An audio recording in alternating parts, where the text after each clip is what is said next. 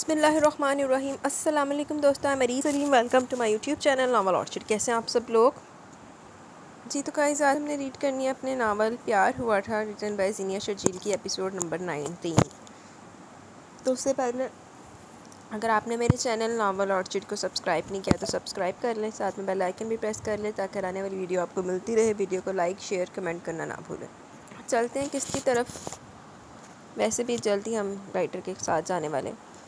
तो प्यार हुआ था, written by Zeenia Sharjeel, episode 19। सुबह इरा की आंख खुली। आंख खुलते इसकी नज़र अपने करीब सोए हुए रेहान पर पड़ी, जिसे देखते ही इरा उठकर बैठ गई। रेहान की कल रात वाली बातों को ज़हन से झटकने के साथ वो उनका सोचती हुई कमरे से बाहर निकलने लगी, लेकिन शिकनज़दा मलचके हुए कपड़े और अपना हुलिया देखकर वो वार्डरोब की जाने बढ़ी और अपने एक ड्रेस मुंतखब करके बात लेने चली गई। शावर लेने के बाद वो आईने के सामने खड़ी अपने हाथ में मौजूद ब्रेसलेट उतार कर अपने बालों को ब्रश करने लगी। तभी से एहसास हुआ जैसे रेहान जाग रहा हो, लेकिन मुड़कर देखने पर इसने रेहान को सोता हुआ पाया। बाहर जाने से पहले रेहान को जगाने की नीयत से बैठ के जानी पड़ी और सोए हुए रेहान के पास आकर खड़ी हो गई। रेहान! इरा के पुकारने पर रेहान टस से मसना हुआ। इरा निचला होंठ दांतों तले दबाती भी रेहान को देखने लगी। भटक कर इसकी नज़रें रेहान की शर्ट के खुले बटन पर पड़ी, जहाँ कुशादा सीना दिखाई दे रहा था। इरा ने अपने हाथ आगे बढ़ाकर इसके बटन बंद करने चाहे, फिर कुछ सोचकर अपना हाथ पीछे कर लिया। रेहान, जाग जो! ज़रा से झुककर रेहान को पुकारती हुई एक मरतबा फिर बोली, मगर रेहान हनूज आंखें बंद किए लेटा रहा। इरा दोबारा अपना हाथ इसके कंधे तक ले गई, लेकिन इसने रेहान के कंधे पर हाथ रखते वापस खींच लिया। तब इरा की नज़र कॉर्नर टेबल पर रखे अलार्म पीस पर पड़ी। अलार्म लगा कर भी तो उसको जगाया जा सकता। इरा ने इरादा करते हुए जैसे अलार्म पीस उठाया, वैसे रेहान ने एकदम इरा की कलाई पकड़ी। आह! खौफ के मारे इरा के मुंह से चीख निकली। वो एकदम अलार्म छोड़कर डर के मारे पीछे हुई। यह अलार्म वाला तरीका मुझे पसंद नहीं है। जैसे पहले जगा रही थी वो अंदाज़ कदर बेहतर था। प्लीज़ नेक्स्ट टाइम वैसे ट्राई करना। रेहान उठकर बैठता हुआ इरा का चेहरा देखकर बोला। इसके चेहरे पर अब भी खौफ की नमक छाई भी थी, जो अब रेहान को जागता हुआ देखकर संजीदगी में ढलने लगे। तुम पहले से जागे हुए थे और जानबूझकर मुझे तंग कर रहे थे? इरा अपनी कलाई से हिलाती बोली, जो चंद सेकंड पहले रेहान ने पकड़ी थी। मैंने तुम्हें तंग कब किया? मैं तो बस ये देखना चाह रहा था कि तुम मुझे कैसे जगाती हो। वैसे सुबह शौहर को जगाने के और भी रोमांटिक तरीके हैं, कभी तुम्हें फुर्सत मिले तो बताऊंगा। रेहान शौक से लहजे में बोलता हुआ इरा के पास से उसकी कलाई पकड़कर देखने लगा, जिसने इतने ज़ोर से हरगिज़ नहीं पकड़ी थी जिसे इरा से हिला रही थी। मुझे कोई शौक नहीं, सिर्फ फजूल तरीकों के बारे में जानकारी लेने का। इरा लहजे में नागवारी जाहिर करती हुई बोली और कमरे से बाहर जाने लगी, तो रेहान ने एक मरतबा दोबारा इसकी कलाई पकड़ ली। खफा क्यों हो रही हो? इसमें बुरा मानने वाली क्या बात है? मैं सिर्फ मजाक कर रहा था। रेहान इरा को बोलता हुआ इसका हाथ पकड़े से ड्रेसिंग टेबल तक लाया, जहाँ इसका दिया हुआ ब्रेसलेट मौजूद था। रेहान इरा का हाथ हमें वो ब्रेसलेट दोबारा इरा को पहनाने लगा। इरा की नज़र एक मरतबा दोबारा इसके सीने पर पड़ी। जैसे रेहान ने इरा की जानिब देखा, इरा फ़ौरन अपनी नज़रों का जाविया दुरुस्त करती हुई इससे बोली, मुझे इस तरह के मजाक पसंद नहीं है। इरा अपनी तबीयत में संजीदगी बरकरार रखती रेहान से बोली और इससे अपनी कलाई छुड़ाने लगी, जिसे छोड़ने के बजाय रेहान की गिरफ्त इसकी कलाई पर मज़ीद सख्त हो गई। फिर बता दो किस तरह के मजाक पसंद है तुम्हें, मैं वैसे ही मजाक कर लिया करूँगा। इरा ने देखा इसका लहजा संजीदा था, मगर आंखों में शोखी रक्स कर रही थी। तुम्हें मुझसे मजाक करने की ज़रूरत नहीं है, इरा इसकी गैर संजीदा तबीयत पर जताती हुई बोली। तो फिर क्या करने की ज़रूरत है? रेहान का जुमला और लहजा ऐसा था कि इरा लाजवाब हुई। ऊपर से इसके देखने का अंदाज, शर्ट के खुटे बटन, इरा का चेहरा सुर्ख होने लगा। मेरा हाथ तो छोड़ो, ये क्यों पकड़ के खड़े हो? इरा रेहान की तवज्जो अपनी कलाई की तरफ दिलाने लगी, जो रेहान पकड़ के इरा का चेहरा देख रहा था। हाथ छुड़ा कर क्या करना है? रेहान उल्टा इरा से सवाल करने लगा। इरा जान की वही बातें बनाकर इसे सिर्फ तंग कर रहा है। तुम्हें हाथ पकड़ कर क्या करना है? इरा रेहान से तंग आकर उल्टा इससे पूछने लगी। इरा की बात पर रेहान अपना दूसरा बाजू इसकी कमर में हमाल करके इसे अपने करीब किया, तो बेख्तियार इरा ने इसके सीने पर अपना हाथ रखा। प्यार कर लूँ अगर इजाज़त हो तो? रेहान की बात पर इरा घबरा कर इसे देखने लगी। इरा को अपने करीब करके वो बिल्कुल संजीदा हो गया था। रेहान के देखने का अंदाज़ ऐसा था, इरा के चेहरे पर हवाइयाँ उड़ने लगी। ऊपर से रेहान का दिल जो उसके हाथ के नीचे इतनी तेज़ी से धड़क रहा था। बेख्तियार इरा ने रेहान के चेहरे से नज़र हटाकर अपने चेहरे का रुख दूसरी जानिब किया। आज से पहले कोई सुबह इतनी हसीन नहीं लगी मुझे। दिल चाह रहा इस पल, इस लम्हे को हमेशा के लिए कैद कर लूँ। रेहान इसके बालों में बसी कंडीशनर की खुशबू सूंघता हुआ मदहोशी के आलम में बोला। प्लीज़ रेहान, सीरियस हो जाओ। इरा रेहान के करीब आने पर घबराती हुई बोली। मैं बिल्कुल सीरियस हूँ। रेहान का लहजा आँच देता हुआ था, जबकि इसके होंठ इरा के कान की लो को छूने लगे, जिससे इरा का दिल ज़ोर से धड़कने लगा। बिल्कुल वैसे जैसे इस वक्त रेहान का दिल ज़ोर शोर से धड़क रहा था। अपने कंधे पर रेहान के होंठों का लमस इरा के पूरे जिस्म में सनसनी पैदा करने लगा। रेहान प्लीज़, मैं रो दूँगी अगर तुमने मज़ीद कुछ भी। इरा के ये धमकी कारगर साबित हुई। रेहान इसकी बात मुकम्मल होने से पहले इरा को अपनी गिरफ्त से आज़ाद करके पीछे होकर, जिसका फ़ायदा उठाकर इरा फ़ौरन कमरे से बाहर निकल गई। कॉरिडोर में आकर इसने सबसे पहले खुद को रिलैक्स किया। दिल था कि अब तक ज़ोर से धड़की जा रहा था। वो कॉरिडोर से निकलने लगी तो इसकी नज़र ज़ियाद के कमरे पर पड़ी। जिससे वो अपनी नज़र चुराती हुई आगे बढ़ी तो इसे मायनूर के कमरे का दरवाज़ा हल्का सा खुला नजर आया। ऑन बेड पर सोया हुआ तेरा चाहकर भी मायनूर के कमरे में बिना इजाज़त जाकर ऑन को नहीं ले सकती थी, इसलिए बेदिली से लॉन्च की तरफ बढ़ने लगी जहाँ से मायनूर की बातों की आवाज़ सुनाई दे रही थी। तुम्हें यूँ मुझे छोड़कर नहीं जाना चाहिए था। हालात चाहे जैसे भी हो, इन पर मिलकर काबू पाया जा सकता था, मगर यूँ अपना घर छोड़कर चले जाना कोई अक्लमंदी तो नहीं। तुम वापस आ जाओ आशु, प्लीज़। मायनूर सामने सोफे पर बैठी ईश्वा से बोली, जो सुबह सुबह सिकंदर विला में अपना कुछ ज़रूरी सामान लेने आई थी। आपके लिए यूँ बोलना बहुत आसान है माही, मगर अब मेरे लिए सिकंदर विला में रहना बहुत मुश्किल है। मेरे अंदर इतना ज़र्फ नहीं कि मैं इरा या फिर किसी दूसरी लड़की को रियान की बीवी की हैसियत से इस घर में बर्दाश्त कर सकूँ। आप रियान को मेरा नहीं बना सकी, मुझसे क्या वादा नहीं निभाया आपने। मैं खाली आ दूँ माही, आप अपना कहा पूरा नहीं कर सकी। ईश्वा दुखी दिल से मायनूर से बोली, तुम जानती हो मैं ऐसा क्यों नहीं कर पाई। ज़ियाद ने रियान से वादा ले लिया था कि वो इसके जाने के बाद इरा और इसके बच्चे का ख्याल रखेगा। मायनूर खुद को ईश्वा की नज़रों में क्लियर करती बोली, जिस पर ईश्वा तंज़ी हंसी। अगर भाई रियान से ऐसा वादा ना भी लेते तब भी रियान इरा से शादी करते। आप अपने बेटे को शायद जानती नहीं, लेकिन मैं इतने अच्छी तरह से जानती हूँ, बल्कि आपसे तो ज़्यादा जानती हूँ। ईश्वा मायनूर को जताती हुई बोली, जिस पर मायनूर को गुस्सा आने लगा। इस लड़की को दोबारा अपने घर में मैंने किस तरह बर्दाश्त किया ये मेरा दिल जानता है। अगर ऑन बचाना बनता तो मैं कभी भी। मायनूर आगे कुछ बोल ना सकी क्योंकि वहाँ इरा आ चुकी थी। इसको आता हुआ देखकर ईश्वा और मायनूर दोनों खामोश हो गई। इरा को देखकर मायनूर की देवरी पर बल चढ़ गए। तौफीक मिल गई तुम्हें कमरे से बाहर निकलने की। यूँ नो ब्याहता दुल्हन की तरह पोस्ट करके मत बैठ जाना। किचन में जाकर शम्मा को अपने और रियान के नाश्ते का बोल दो। मैं और आशु ब्रेकफास्ट कर ले चुके हैं। मायनूर इरा को देखती हुई हकारत भरे अंदाज में बोली, जबकि इस तरह तजलील भरे अंदाज पर जहाँ इरा शर्मिंदा हुई वहीं ईश्वा तंजिया मुस्कुराहट के साथ इरा का फीका पड़ता चेहरा देखने लगी। ब्रेकफास्ट तो कर लिया, लेकिन मेरा कॉफ़ी पीने का भी मूड भी हो रहा है। लेकिन मैं शम्मा के हाथ की बकवास कॉफ़ी हरगिज़ नहीं पीऊँगी। ईश्वा अठलाने वाले अंदाज में बोली तो वैसे ही रियान भी कमरे से निकल कर सिटिंग एरिया में आ गया। ग्रेट, सुबह ही सुबह अपना दीदार करवा कर तुमने तो माँ को सरप्राइज़ कर दिया। यकीनन माँ तो खुश होंगी तुम्हें देखकर। रियान ईश्वा को देखकर मायनूर की मौजूदगी में अपना लहजा खुशगवार बनाता हुआ बोला और सोफे पर बराजमान हुआ। क्या सिर्फ माँ ही मेरा दीदार करके खुश हुई हैं? आपको खुशी नहीं हुई मुझे देखकर? ईश्वा रियान को देखती हुई पूछने लगी, जबकि इरा को वहाँ अपना खड़ा रहना बेमकसद लगा। वो जाने का इरादा करने लगी, तभी रियान ने इसका हाथ पकड़ा और अपने साथ बिठाते हुए ईश्वा से बोला, जिस चेहरे का दीदार मेरे दिल को इत्मीनान बख्शता वो चेहरा मैं जागने के साथ ही देख चुका हूँ। बाकी सब तो बेमतलब सा लगता। रियान ने ईश्वा से बोलते हुए इरा को मुस्कुराती नज़रों से देखा तो मायनूर और ईश्वा की मौजूदगी के एहसास से इरा बुरी तरह सटपटा गई। जबकि ईश्वा को अपने अंदर कुछ टूटता सा महसूस हुआ। मायनूर ने नागवारी से रियान को फिर इसके साथ बैठी इरा को देखकर फ़ौरन बोली, तुम्हें किसने कहा हम सबके साथ यहाँ बैठने को? सुना नहीं तुमने अभी आशु ने क्या कहा? इसे शम्मा के हाथ की कॉफ़ी नहीं पीनी। जाओ जाकर इसके लिए कॉफ़ी बना कर लो। मायनूर का अंदाज इस कदर तस्लीरा में इस तक के एहसास तौहीन से रखा चेहरा दोबारा सुर्ख हो गया। वही रियान के चेहरे से मुस्कुराहट गायब हुई और माथे पर शिकने उभरी। इससे पहले इरा उठकर किचन का रुख करती रियान ने एक मरतबा दोबारा इरा का हाथ पकड़ लिया। आप बात करते हो शायद भूल गई हैं कि आप बात किस लहजे में कर रही हैं, और ये इस घर की मुलाजमा नहीं, मेरी बीवी है। रियान सिकंदर की बीवी। सिकंदर विला में मेरी बीवी की हैसियत और वैल्यू मैं बार बार आपके सामने नहीं दोहराऊंगा, आइंदा ख्याल रखिएगा। आशु को अगर शम्मा के हाथ की कॉफ़ी नहीं पसंद तो वो कॉफ़ी अपने लिए खुद बना ले, क्योंकि आशु यहाँ मेहमान हरगिज़ नहीं है। रियान मायनूर को अच्छी तरह बावर करवाने के बाद इरा का हाथ पकड़कर डाइनिंग हॉल में ले आया, जहाँ शम्मा इन दोनों के लिए ब्रेकफास्ट टेबल पर रख रही थी। इंसान को इस कदर बुज़दिल भी नहीं होना चाहिए कि अपने दिफा में कुछ बोल ही ना सके। कुर्सी पर बैठने के बाद इरा को रियान की आवाज़ सुनाई दी, जिस पर इरा ने चौंक कर रियान को देखा। मैं तुम्हारी तरह मुँह फट और बदतमीज़ नहीं बन सकती, इरा आहिस्ता आवाज़ में बोली, जिस पर रियान हैरत से इसको देखने लगा। मैंने कोई बदतमीज़ी नहीं की, ना ही तुम्हें कभी अपनी माँ से बदतमीज़ी करने की इजाज़त दूंगा, लेकिन अगर कोई तुम्हारे साथ नाजायज़ करे तो इसको चुप करके बर्दाश्त करना कोई अक्लमंदी नहीं है। अपनी कदर खुद करना सीखो, तभी तुम दूसरों के सामने अपनी हैसियत मनवा सकोगे। रियान की बात पर एक मरतबा दोबारा इरा ने सर उठाकर इसे देखा, लेकिन रियान खामोशी से नाश्ता करने लगा। इरा दोबारा अपने पेट पर झुक गई। शम्मा, ऑन बाबा को मेरे कमरे में ले जाकर लिटा दो। रियान की आवाज़ पर एक मरतबा दोबारा गूंजी। अब की मरतबा इरा ने सर नहीं उठाया, प्लेट पर झुकी खामोशी से नाश्ता करती थी। गल तो वैसे रियान ने सही की है। जिद्द एक बंदे को तुम जिन्ना दब के रहोगे उन्हें तुहानू होर तुहानू जलील करने का सर्टिफिकेट मिल जाना। क्यों जुल्म किया आपने मेरे साथ? आपको अच्छी तरह मालूम था कि मैं आपके बगैर नहीं रह सकती, तब भी आपने इरा से शादी कर ली। रियान ईश्वा सिकंदर विला से रुखसत होने से कबल रियान के कमरे में इससे मिलने आई। अचानक ही रियान के सीने पर सरक कर रोती हुई इससे बोली। इससे पहले रियान इसे पीछे हटाता कमरे के अंदर आती इरा दहलीज पर ईश्वा को इतने करीब देखकर एकदम रुक गई।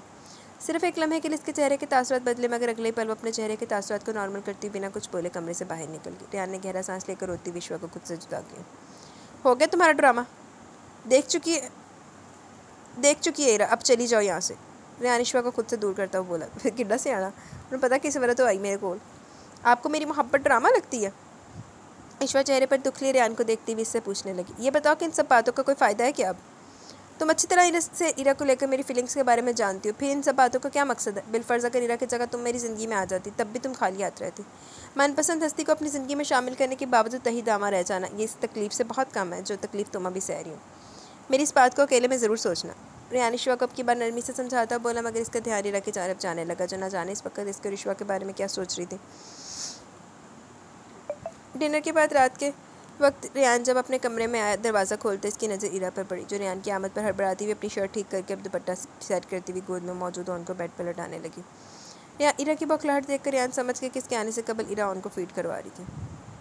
अगर तुम कंफर्टेबल नहीं तो मैं बाहर चला जाऊँ, ईरा को छेमते वाले हुए अंदाज पर रेहान इससे बोला। तुम्हें क्या ज़रूरत पड़ी है बाहर जाने की, तुम्हारा कमरा, यहाँ तुम जब मर्जी आ सकते हो, जो मर्जी कर सकते हो। वो वैसे भी ऑन को फीड करवा के फारिग हो चुकी थी, इसलिए ऑन को अपने कंधे से लगाती हुई ना जाने की इसको खुद का लहजा शिकवा करता हुआ लगा महसूस हुआ। इस पर ईरा को खुद भी हैरत हुई। दूसरी जानिब रेहान ईरा की इस बात सुनकर गौर से इसको देखने लगा, फिर चलता हुआ ईरा के पास आया। क्या तुम नाराज़ हो मुझसे? रेहान गौर से ईरा का चेहरा देखता हुआ इससे पूछने लगा। ईरा के लफ्ज़ों में छुपी शिकायत वो साफ महसूस कर सकता था, जिससे नाराज़गी छलकती हुई महसूस हो रही थी। मैं भला तुमसे क्यों नाराज़ होने लगी? ऐसी कोई बात भी तो जिस पर नाराज़ हुआ जाए, ईरा रेहान को देखती हुई बोली, जिस पर रेहान को दोपहर वाला मंजर याद आया जब विश्वा जाने से पहले यहाँ कमरे में आई थी। रेहान आने वाली मुस्कुराहट को छुपाता हुआ दोबारा ईरा से बोला, तुम अच्छी तरह से जानती हो आशुक का रुझान मेरी तरफ था, मगर मैंने कभी से इस नज़र से नहीं देखा। यह बात मैं तुम्हें कल भी क्लियर बता चुका हूँ, लेकिन इसके बावजूद अगर तुमने दोपहर वाली बात का माइंड किया तो। रेहान ईरा का दिल साफ करने की गर्ज से बोल रहा था, तभी ईरा रेहान की बात काटती हुई बोली, एक्सक्यूज़ मी, तुम विश्वा को या फिर किसी भी दूसरी लड़की को किसी भी नज़र से देखो, मुझे इससे कोई फ़र्क नहीं पड़ता। तुम इस खुशफहमी में मत रहना कि कोई भी लड़की तुम्हारे करीब आएगी, तुम किसी लड़की के पीछे जाओगे तो मैं इस अमल से जेलसी फील करूँगी। ईरा रेहान की सारी खुशफहमी दूर करती हुई बोली तो एक पल के लिए रेहान ईरा को देखता रह गया। ईरा बेड से उठकर ऑन को गोद में लेती वहाँ से जाने लगी। तभी रेहान ने नरमी से ईरा का बाजू पकड़ के उसको कमरे से जाने से रोका। तुम्हारे कहने का मतलब है अगर कोई भी लड़की मेरे करीब आएगी, यानी तुम्हारे हस्बैंड से कोई भी लड़की फ्लर्ट करेगी, तो तुम्हें जेलसी फील नहीं होगी? रेहान लहजे में ढेरों हैरत ली ईरा से पूछने लगा, जिस पर ईरा ने ऐसे कंधे उचकाए जैसे उसको वाकई कोई फ़र्क नहीं पड़ेगा। सीरियसली मुझे रत्ती बराबर फ़र्क नहीं पड़ेगा, ईरा रेहान से बोलती हुई कमरे से बाहर जाने लगी। या अल्लाह, ऐसी सोच वाली बीवी हर मर्द को दे।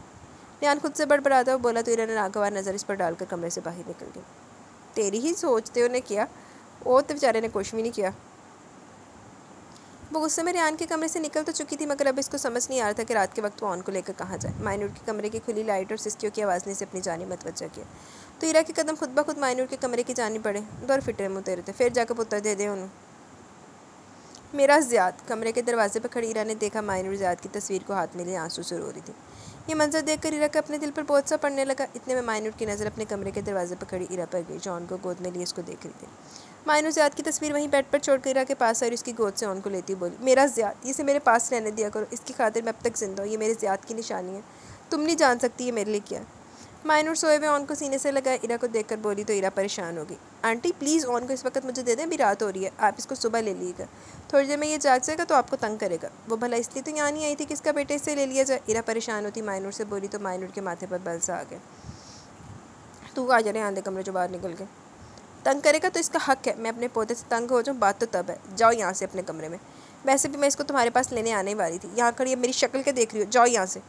मायनूर टपटने वाले अंदाज में बोलकर अपने कमरे का दरवाज़ा ईरा के मुंह पर बंद कर चुकी थी। ईरा नाम आंखों के साथ बंद दरवाजे को देखने लगी, तभी किसी ने इसके दोनों कंधों से थामा। ज़ियाद। ईरा ज़ियाद का नाम पुकारती हुई एकदम पलटी तो सामने रेहान खड़ा था। ज़ियाद नहीं, रेहान। रेहान नरम लहजे मीरा की आंखों में नमी देखता हुआ बोला, रेहान वो मेरा बेटा, आंटी ने आज फिर इसे मुझसे छीन लिया। ईरा अपने आंसू साफ करती रेहान से शिकायती अंदाज में बोली, माँ ऑन को तुमसे क्यों छीनेगी? ऑन तुम्हारा बेटा, इसे कोई भी तुमसे नहीं छीन सकता। और रूम में चलो, मैं थोड़ी देर में ऑन को माँ से के पास से ले आऊँगा। रेहान ईरा को रोता हुआ देखकर नरम लहजे में बोला, साथ ही इसका हाथ पकड़ कर ईरा को बेडरूम में ले जाने लगा। आहो तेरा तो रोजाना दा ही ड्रामा हो गया, माँ पेट दी पई, माँ नूं दे दे पुत्तर, तो बाद दे विच मैं तेरे ले आ दांगा, तो बाद च सो मर जाता। मगर ईरा ने गुस्से में रेहान का हाथ जोर से झटका और एकदम फट पड़ी। मैं तुम लोगों की सारी प्लानिंग अच्छी तरह समझ चुकी, तुम लोग चाहते नहीं कि ऑन मेरे पास रहे, इसी वजह से तुमने मुझसे शादी की थी ना। ईरा रोने के साथ चीख कर बोली और एकदम घर से बाहर की जानिब जाने लगी। कैसी बातें करी, और ये तुम जा कहाँ रही हो इस वक्त? अच्छा रुको, मैं ऑन को ला रहा हूँ माँ के पास से। ईरा प्लीज़ अंदर चलो, रात काफ़ी हो चुकी है। रेहान ईरा के पीछे आता हुआ इससे बोला, मगर वो रेहान की बात सुनी अनसुनी करके गेट से बाहर निकल गई, जिस पर रेहान परेशान सा ईरा को देखता हुआ कुछ सोचकर अपने कमरे में आया। वॉलेट और कार की कीज़ उठाकर तेरी से घर से बाहर निकला। चलो इधर पहली किस्त तो अपनी इख्तिताम में पहुँची है। और पढ़नी है हमने प्यार हुआ था, रिटन बाय ज़ीनिया शर्जील की, एपिसोड नंबर 20। वो गुस्से में रोती हुई जज्बाती होकर सिकंदर विला से बाहर तो निकल गई थी, लेकिन अब रात के वक्त सुनसान सड़क पर अकेले चलते हुए से अपनी हमाकत का एहसास हो रहा था। लेकिन अना ऐसी आड़े आई थी कि वो पलट कर वापस नहीं जाना चाहती थी, इसलिए यूँ बेमकसद सड़क पर खामोशी से चलती रही। 4 मिनट बाद सामने से उसे गाड़ी आती दिखाई दी, जिसमें 3 आदमी बैठे थे, जिन्हें देखकर इरा घबराई, क्योंकि वो गाड़ी थोड़े दूर फासले पर आगे जाकर रुक गई थी। और वो तीनों आदमी इस गाड़ी से उतरते हुए इरा की जानिब आने लगे। ऐसी सूरत हाल पर इरा की जान पर बनाई, इसने अपने चलने की रफ्तार एकदम तेज़ कर दी। ए लड़की, सुनाई नहीं दे रहा तुम्हें? मैं तुमसे बोल रहा हूँ, शराफत से रुक जाओ वरना। एक आदमी तेजी से कदम बढ़ाता हुआ इरा के सामने आकर खड़ा हुआ, जिसकी वजह से इरा को अपने कदम रोकना पड़े। वो पीछे मुड़ी तो पीछे इसके दोनों हाथी खड़े थे, जिन्हें देखकर इरा मजीद घबराई। कहाँ भाग कर जा रही थी? लगता है घर से भाग कर आई हो, या फिर कोई चोरी चकारी करके फरार होने की कोशिश करी थी, जब भी इतना घबराई भी हो। इनमें से एक आदमी रोब जमाता हुआ बोला। तेरा हिम्मत करती बोली, मैं जहाँ से भी आ रही हूँ, आपसे मतलब? आप हटें यहाँ से, रास्ता छोड़े मेरा। इरा अपने लहजे की घबराहट छुपाती हुई हिम्मत करके बोली और साइड से निकलने लगी। वैसे दूसरा आदमी इसके रास्ते में आकर दीवार बनकर खड़ा हो गया। ये कहीं से चोरी करके आई है, जब ही यहाँ से निकलना चाह रही, इसकी तलाशी लो। वो आदमी अपने साथी को आंख मारता हुआ बोला। तो इरा इसकी बात पर बुरी तरह घबरा गई। मैं एक शरीफ लड़की हूँ, इसी कॉलोनी में थोड़े आगे जाकर मेरा घर है, रास्ता छोड़िए मेरा। इरा इस वक्त को कोसने लगी जब वो रात के पहर अकेली घर से बाहर निकली थी। ये ना जाने कौन लोग थे और ज़बरदस्ती क्यों उसके पीछे पड़े थे। तू निकला दी रात उनका हद हो गई। तेन कहना मैं तेरा पुत्तर लिया देना, तो फिर इज्जत ना बैठी खड़ोती रहो। ते पहले कमरे चो निकली, पुत्तर दे दिता उन्होंने, पुत्तर खो लिता गया, तो हुन बाहर निकल के आ गई बीबी। वही चेक करें मैडम कि तुम कितनी शरीफ लड़की हो। खामोशी से अपनी तलाशी लेने दो, नहीं तो अभी तुम्हें पुलिस स्टेशन ले जाकर पुलिस के हवाले कर देंगे। तीसरा आदमी भी अब की मरता रोब डालता हुआ बोला। तो इरा की नज़र सामने से आती रियान की गाड़ी पर पड़ी। रियान। इरा ने रियान की गाड़ी को आता देखकर खुदा का शुक्र अदा किया और रियान की तरफ बढ़ गई। इरा को देखकर रियान भी गाड़ी रोक चुका था, वो गाड़ी से उतर रहा था। तभी इरा तेजी से कदम बढ़ाती हुई इसकी जाने पड़ी और रियान के सीने से लगी। इतनी ज़्यादा खुशी से रियान को देखकर पहले कभी नहीं हुई थी, जबकि वो तीनों आदमी आपस में कुछ बात कर रहे थे। करते हुए सामने खड़े रियान को देखने लगे। शुक्र है तुम आगे रियान, नहीं तो मैं। इरा आंखें बंद के रियान के सीने से लगी, इससे बोली। आगे से कुछ बोला ही नहीं क्या? कोई मसला है क्या तुम लोगों के साथ?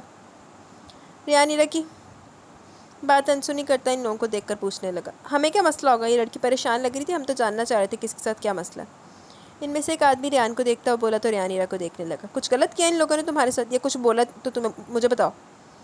रियान संजीदा तासरत ली इरा को देखता हुआ इससे पूछने लगा, जिस पर इरा ने जल्दी से नफ़ी में सर हिलाया। वो तीनों आदमी रियान को इरा से बात करता देखकर आंखों ही आंखों में इशारा करते वहाँ से अपनी गाड़ी की तरफ जाने लगे। नहीं, कुछ गलत नहीं किया, तुम प्लीज़ चलो यहाँ से, मुझे घबराहट हो रही है, प्लीज़ जल्दी से घर चलो।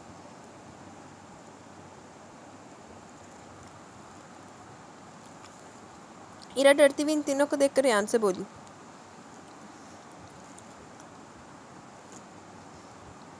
वो तीनों आदमी अपनी गाड़ी की तरफ बढ़ रहे थे, तभी रियान कुछ सोच कर इरा को साइड में करता इन तीनों की जानिब बढ़ने लगा, मगर इरा ने जल्दी से रियान की कलाई को मजबूती से पकड़ लिया।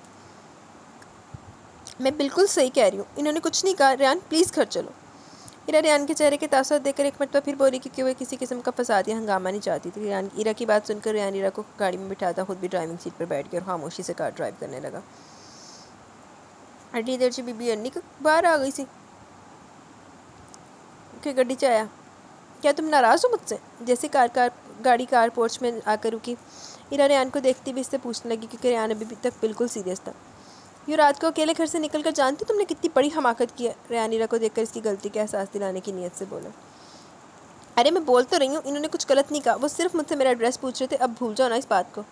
इरा तंग आकर रियान से बोली, क्योंकि वो खुद भी इस बात को भूल जाना चाहती थी। इसने सोचते थे कि आगे ज़िंदगी वो कभी रात के वक्त घर से बाहर निकल कर ऐसी हमाकत नहीं करने वाली थी। इरा के बोलने पर रियान संजीदगी से इसको देखने लगा। तो इरा बेजार से अंदाज में बिना कुछ बोले गाड़ी से नीचे उतरने लगी। तभी रियान ने इसकी कलाई पकड़ी। तुम्हें बेशक कोई फ़र्क नहीं पड़ता कि कुछ दूसरी लड़की मेरे नज़दीक आए या फिर मुझसे फ्लर्ट करे, ना ही तुम्हें इन बातों से जलसी फील होती है, लेकिन मेरे अलावा कोई दूसरा मर्द तुम्हें करीब से देखे या फिर तुमसे बात करे, मुझे इस बात से बहुत ज़्यादा फ़र्क पड़ता है। मैं अपने अलावा किसी दूसरे का तुम्हें करीब देखना बर्दाश्त नहीं कर सकता। मेरी इस बात को हमेशा याद रखना। रियान इरा को बोलता हुआ खुद गाड़ी से नीचे उतर गया, जबकि इरा खामोशी से रियान को गाड़ी से बाहर निकल कर घर के अंदर जाता हुआ देखती रही। तुम्हारा मतलब मैं इनकार कर दूँ अशर को? इरा, इसने स्पेशल हमारे लिए डिनर पार्टी अरेंज किया और मैं इसका इन्विटेशन कबूल भी कर चुका हूँ। अब भी अचानक बिना किसी जवाब के अपने आने का मना कर दूँ, कितना ऑकवर्ड लगेगा यार, तुम खुद सोचो। रियान इरा को देखता हुआ बोला। थोड़ी देर पहले वो ऑफिस से घर आया था। आज वो और इरा इसके दोस्त की तरफ डिनर पर इनवाइट थे और इस डिनर के बारे में वो इरा को कल रात को बता चुका था, लेकिन अब जाने के वक्त इरा का इसके साथ चलने का कोई इरादा ना था। तभी रियान इरा के इनकार पर बोला। मैं तुमसे ये कब कह रही हूँ कि तुम अपने दोस्त को मना कर दो? मैं तो सिर्फ ये बोल रही हूँ कि मेरा मूड बाहर जाने का नहीं हो रहा, तुम अकेले चलो जाओ अपने दोस्त की तरफ। इरा ऑन को गोद में लिए सुलाने की कोशिश करती रेहान से बोली। इरा की बात सुनकर वो ऑन को इरा की गोद से लेकर बेड पर बैठ गया। मतलब तो वही हुआ ना, तुम नहीं चाहोगे तो मैं अकेला जाकर क्या करूँगा, डिनर तो हमारी शादी की खुशी में दे रहा वो। रेहान ऑन की तरफ से तवज्जो हटाकर शिकवा भरे अंदाज में इरा से बोला, जिस पर इरा चिढ़ गई। समझ ही नहीं आ रहा हमारी शादी की खुशी दूसरे लोगों को इतनी ज़्यादा क्यों आकर। 2 दिन पहले वो रेहान इसके एक और दोस्त के घर इन्वाइटेड थे और वो दावत भी इसकी शादी की खुशी में की गई थी, जहाँ जाकर इरा अच्छी खासी बेजार हुई थी। 1.5 माह होने को आया था, ये दावतें ख़त्म होने का नाम ही नहीं ले रही थी। एक तुम ही खुश नहीं हो शादी पर, तुम्हें छोड़कर बाकी सब खुश हैं। रेहान इरा के तपे हुए चेहरे को देखकर बोला, झुककर ऑन को प्यार करने लगा। इरा ने रेहान के चेहरे पर छाई सरशारी को देखकर इससे शादी से कोई खुश हो या ना हो, मगर रेहान का हर अंदाज बताता था वो अपने इस कारनामे पर खुश भी था और मुतमिन भी। इरा ना चाहते हुए भी बेदिली सी वार्डरोब की जानी पड़ी और पार्टी में पहनने के लिए ड्रेस मुंतखब करने लगी। अगर तैयारी में मेरी हेल्प चाहिए तो मैं हाजिर हूँ। इरा को वार्डरोब से कपड़े निकालते देखकर रेहान खुशदिली से बोला, हेल्प करने की पेशकश भी कर दी। इसकी ज़रूरत नहीं, मुझे तैयारी में ज़्यादा वक्त नहीं लगेगा, लेकिन हम लोग वहाँ पर थोड़ी देर रुकेंगे, बस ज़्यादा से ज़्यादा 2 घंटे, इसके बाद वापसी कर लेंगे। इरा अपने लिए सी ग्रीन कलर का नफीसी एम्ब्रॉयडरी वाला ड्रेस निकालने के बाद रेहान को देखती हुई बोली, 2 घंटे नहीं, सिर्फ 1 घंटे में वापस आ जाएंगे, और कोई हुक्म। रेहान बेड से उठकर इरा के पास आता और बोला, इस लड़की की यही बड़ी खूबी थी, बहुत आसान सा टास्क थी, हर बात को बिना जिद किए या बिना नखरे दिखाए आसानी से मान जाने वाली, सिर्फ इसकी एक बात को छोड़कर। अब खड़े मुझे क्या देख रहे हो, ऑन को थोड़ी देर के लिए संभालो, बस 15 मिनट से 20 मिनट चाहिए मुझे। इरा उजरत भरे अंदाज में रेहान से बोली, जिसके करीब खामोश खड़ा इसको एकटक देखे जा रहा था। ऑन को तो मैं आसानी से संभाल लूँगा, लेकिन कभी कभार अपने बेकाबू होते दिल को संभालना बहुत मुश्किल हो जाता है, क्या 5 मिनट मुझे मिल सकते हैं।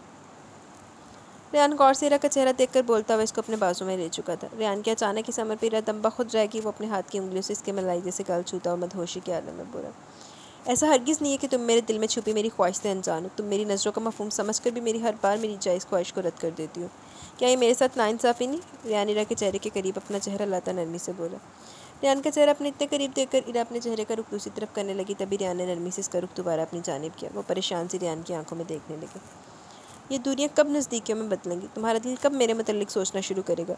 इन गुज़रे 30 दिनों में तुम्हारी सोचों का ज़ाविया अभी तक वही का वही है। तुम्हारे दिल मेरे मुतल्लिक क्या सोचता है, मैं ये सब जानने का हक़ रखता हूँ। जवाब दो मुझे, जवाब दो, ऐसा कब तक चलेगा और कितना वक्त लगेगा तुम्हें अपने मेरे रिश्ते को कबूल करने में। रेहान इसके करीब खड़ा इरा से सवाल करने लगा। इरा इसकी बातों पर मज़ीद परेशान होने लगी। तुम्हें अचानक से क्या हो गया, प्लीज़ जाओ यहाँ से, मुझे तैयार होने दो। इरा इसके सवालात को नज़रअंदाज करती बोली, अक्सर ऐसे मौके पर वो कमरे से बाहर चली जाती थी, लेकिन इस वक्त वो रेहान की दस्तरस में मौजूद इसको फ़रार होने का मौका न मिला। रेहान को अपने चेहरे पर झुकता हुआ देखकर इरा ने इसकी दस्तरस से निकलना चाहता भी रेहान ने इस पर अपना शिकंजा मजबूत कर दिया। इरा इसे जिद में आता देखकर एक लम्हे के लिए कुछ भी न बोल पाई। अपने गाल पर रेहान के होंठों का लमस महसूस करके इरा ने अपनी आंखें सख्ती से बंद कर ली। रेहान होश में आओ प्लीज़, वरना मैं नाराज़ हो जाऊँगी तुमसे।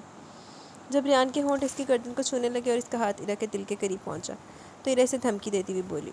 इरा के धमकाने पर वो क्या होश में आता, ऑन के रोने की आवाज़ ने कमरे में छाए हुए मोहब्बत के सहर को पल भर में तोड़ डाला और वो जो आज मनमानी करने के मूड में था एकदम होश की दुनिया में वापस आया। इससे पहले ऑन थाड़े मारकर मुकम्मल तौर पर रोना शुरू कर देता, रेहान ने इरा को अपने बाजू से आज़ाद करते हुए जल्दी से जाकर ऑन को गोद में उठा लिया।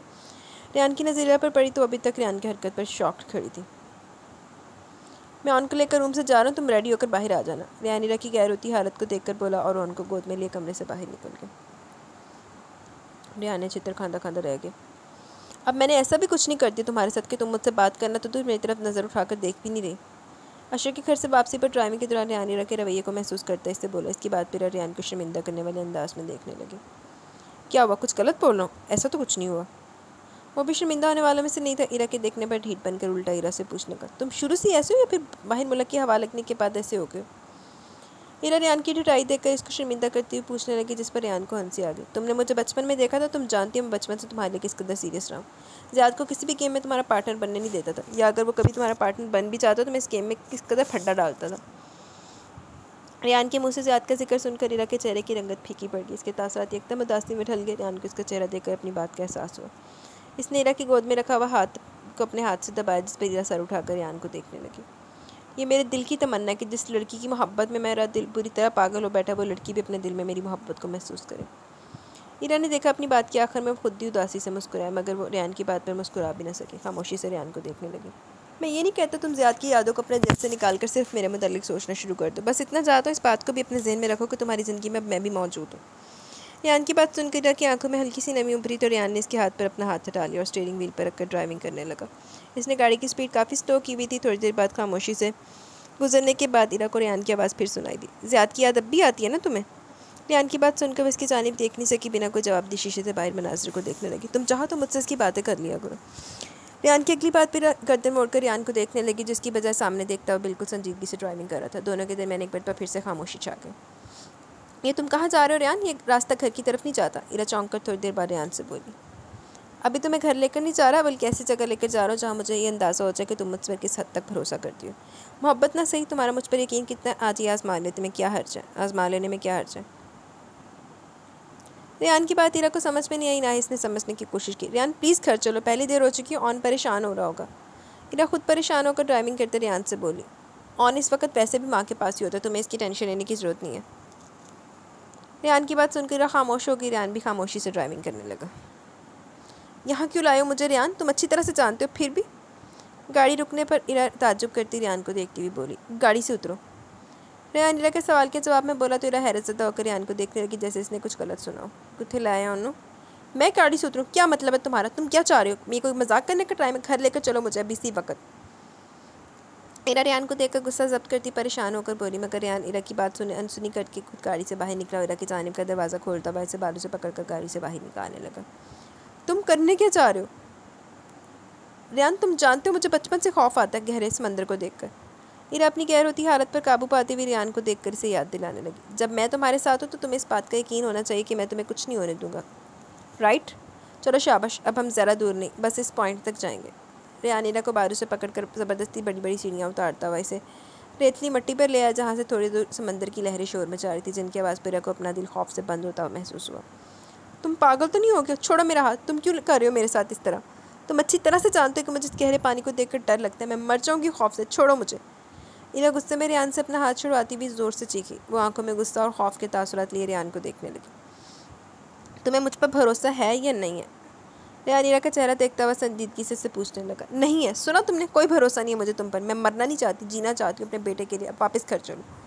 इरा को रियान की हरकत पर मजीद गुस्सा आने लगा। वो गुस्से में नाराज़ होती रियान से बोली, मैं आगे जा रहा हूँ, अगर तुम्हें इस बात का यकीन हो कि मैं तुम्हें कुछ नहीं होने दूंगा तो तुम मेरे साथ पास इस यकीन के सहारे आ जाना। रियान इरा से बोलता हुआ आगे समंदर की लहरों की जानिब बढ़ गया। मैं नहीं आऊँगी, सुना तुमने? इरा रियान को दूर जाता हुआ देखकर चीख कर बोली, मगर रियान ने इरा की आवाज़ पर पीछे मुड़कर नहीं देखा। रियान प्लीज़ अब वापस आ जाओ, जिद क्यों कर रहे हो? 15 से 20 मिनट गुजर जाने पर इरा बेबसी से दूर खड़ी रियान को देखकर तेज़ आवाज़ में चीखती हुई बोली, क्या बोल रही हो? सुनाई नहीं दे रहा, यहाँ मेरे पास आकर बोलो। इसे शोर मचाती पानी की लहरों की आवाज़ के साथ रियान की आवाज़ भी सुनाई दी। तो ऐसा कैसे मुमकिन था कि इसकी आवाज़ रियान तक नहीं जा रही थी? इरा को मज़ीद गुस्सा आने लगा। भाड़ में जाओ तुम, ऐसे खड़े रहो पानी के बीचों बीच, मैं यहाँ से जा रही हूँ। इरा गुस्से में जाने की धमकी देती हुई रियान से बोली, जिस पर रियान को कोई फ़र्क नहीं पड़ा। मज़ीद आधा घंटा गुजरने के बाद इरा अपना दिल मजबूत करती आगे बढ़ी। छोटी सी लहर इसकी टखनों से आकर टकराई तो इरा का दिल डूबने लगा। रियान आ जाओ प्लीज़, मत करो मेरे साथ इस तरह। रियान सीरियसली मुझे अब चक्कर आ रहे हैं। ठंडा पानी बढ़ता हुआ इसकी पिंडलियों को छूने लगा तो इरा की हालत अजीब सी होने लगी। कुछ नहीं होगा इरा, सिर्फ ये बात जहन में रखो कि मैं तुम्हें कुछ नहीं होने दूंगा। हाथ बढ़ाओ मेरी तरफ, थोड़ा और आगे आओ। रियान ने इरा को अपनी जानिब खींचकर इसके और अपने दरमियान मजीद फासला समेट लिया। रियान मुझे डर लग रहा है, प्लीज़ यहाँ से चलो, मैं डूब जाऊँगी। अब आधा धड़ इरा का पानी में डूब चुका था। इसने रियान के गिर्द अपने दोनों बाजू बांधकर इसकी शर्ट को मजबूती से पकड़ लिया। वो खौफ के मारे हल्के से कांपने लगी। इसे वक्त याद आने लगा जब वो बचपन में गहरे पानी में डूब गई थी। इसकी नाक और मुंह के जरिए पेट में पानी भर गया था। ओके चलते। रियान इरा के खौफ से देखकर इसको मुकम्मल तौर पर अपने हिसार में ले लिया। अचानक एक बड़ी लहर आई। रियान! खौफ के मारे इरा ज़ोर से चीखी। इससे पहले वो लहर इरा के पूरे वजूद को भिगोड़ डालती। रियान ने इसको कमर से पकड़कर ऊंचा उठा चुका था। आंखें खोल लो, मैंने तुमसे कहा था ना मैं तुम्हें कुछ नहीं होने दूंगा। देखो तुम बिल्कुल ठीक हो। किनारे पर लाने के बाद रियान इरा को नीचे उतारता हुआ बोला तो इरा ने बंद हुई अपनी आंखें खोली। रियान की पकड़ी हुई शर्ट को छोड़ने के साथ इसने रियान को ज़ोर से पीछे धक्का दिया। तुम इस वक्त दुनिया में सबसे ज़्यादा बुरे इंसान लग रहे हो मुझे। तुम अच्छी तरह जानते हो कि बचपन वाले हादसे के बाद मुझे गहरे पानी को देखकर किस कदर खौफ आता है। इसके बावजूद तुम मुझे यहाँ पर लेकर आए, क्यों? आखिर क्यों की तुमने ये हरकत मेरे साथ? क्या मकसद था तुम्हारा? जवाब दो मुझे। I hate you Riyan, I hate you. अब आइंदा कभी मैं तुम्हारे साथ कहीं नहीं जाऊँगी। आज इस शख्स ने इसकी जान निकालने में कोई कसर नहीं छोड़ी थी। बचपन में एक पर पानी में डूबने के बाद इसको गहरे पानी को देखकर खौफ सा आता था और ये बात वो दोनों भाई बचपन से जानते थे। इरा शदीद गुस्से में रियान को बातें सुनाती हुई गाड़ी के पास आने लगी तो रियान भी खामोशी से इसके पीछे चल पड़ा। आगे बढ़कर रियान ने इरा के लिए गाड़ी का दरवाज़ा खोला। गुस्से में इरा ने गाड़ी में बैठकर तोड़ने वाले अंदाज में गाड़ी का दरवाज़ा बंद किया। रियान ड्राइविंग सीट पर बैठ गया। इरा के चेहरे पर गुस्से के असर को खामोशी से देखता रहा। मेरा मकसद यहाँ लाकर तुम्हें खौफज़दा करना या गुस्सा दिलाना हरगिज़ नहीं था। वो कहते ना, एतबार मोहब्बत की पहली सीढ़ी होती है। तो मैं चेक कर रहा था कि तुम अपने खौफ को एक साइड पर रखकर इस यकीन के साथ मेरे पास आ सकती हो कि मैं तुम्हें कुछ नहीं होने दूँगा। बेशक तुम्हें मुझसे मोहब्बत ना हो, लेकिन मुझे इस बात की दिल से खुशी है कि तुम मुझ पर एतबार करती हो। मैं सच में तुम्हें कुछ नहीं होने दूँगा। अपनी बात के आखिर में रेहान हल्का सा मुस्कुराया, तो इसके बाद इरा का गुस्सा जाता रहा। कोई बहुत ही फजूल किस्म की डेफिनेशन बयान किया तुमने ट्रस्ट की। रेहान, अगर आइंदा तुमने मेरे साथ ऐसा कुछ भी। इरा इसको आइंदा के लिए तनबीह कर दी। तभी रेहान अचानक इरा की बात काटता हुआ बोला, तुमने भी 15 मिनट पहले बोला था आई हेट यू, ये झूठ है ना? रेहान के अचानक पूछने पर इरा बिल्कुल खामोश होगी। तो तुम्हें क्या लगता है मैं मोहब्बत करती हूँ तुमसे? इतने अच्छे हो तुम? इरा रेहान को खुशफहमी दूर करती हुई उल्टा इससे पूछने लगी, नहीं तुम मुझसे मोहब्बत नहीं करती, लेकिन इतना जानता हूँ नफरत भी नहीं करती, क्योंकि इतना बुरा भी नहीं हूँ मैं। बोलो, सही कह रहा हूँ ना मैं? रेहान पूरी उम्मीद से इरा को देखता हुआ इससे पूछने लगा, जिस पर इरा को समझ नहीं आया वो क्या बोले, इसलिए रेहान की बात को गोल कर गई। कितना नॉन स्टॉप बातें करते हो तुम, और बातें भी सारी वो जिनका कोई सर पैर नहीं। तुम्हें अब घर भी चलना है या आज सारी रात घर से बाहर गुजारनी है? इरा रेहान की बात को नज़रअंदाज करती हुई इससे बोली, तो रेहान मुस्कुरा दिया। यानी मैं बिल्कुल सही सोच रहा हूँ, मैं तुम्हें बुरा नहीं लगता? रेहान गाड़ी स्टार्ट करता हुआ खुद से बोला। तेरा बिल्कुल सीरियस होकर रेहान को देखने लगी। इरा के देखने पर रेहान मुस्कुराने लगा। मैंने थोड़ी देर पहले तुम्हें यह भी बोला था कि तुम इस वक्त मुझे दुनिया के सबसे ज़्यादा बुरे इंसान लग रहे हो। मेरी राय तुम्हारे बारे में अब भी यही है। इरा इसकी मुस्कुराहट से चिढ़ती हुई बोली, तो रेहान की मुस्कुराहट थमने के बजाय मज़ीद गहरी हो गई। जी तो गाइज़, यहाँ पे हमारी एपिसोड नंबर 20 भी अपने इख्तिताम को पहुँची। क्या कहते हैं, अगली पढ़ें कि ना पढ़ें? चलो पढ़ ही लेने। यहाँ प्यार हुआ था, written by Zeenia Sharjeel, episode number 21। जाओ ऑन को लेकर आओ आंटी के पास से। सुबह के वक्त जब वो जॉगिंग करके वापस अपने रूम में आए तो बरखिलाफ़ तवक्का इरा पहले से जागी हुई थी। ना सिर्फ जागी हुई थी, बल्कि चीज़ें पटक पटक कर रखने से रेहान को अंदाज़ा हो चुका था इसका मूड कल रात की तरह अभी तक बिगड़ा हुआ। माँ अभी तक जागी नहीं है, ऑन भी इनके साथ सो रहा होगा। वो जाग जाएंगी तो रोज़ की तरह शम्मा के हाथ ऑन को तुम्हारे पास भिजवा देंगे। आज तुम क्यों जागे हो इतनी देर, इतनी जल्दी? तुम भी थोड़ा सा रेस्ट कर लो। रेहान टॉवल से पसीना साफ करता हुआ बोला, तो इरा ने रेहान की बात सुनकर तहशुदा चादर बेड पर पटकी और रेहान को गुस्से से देखने लगी।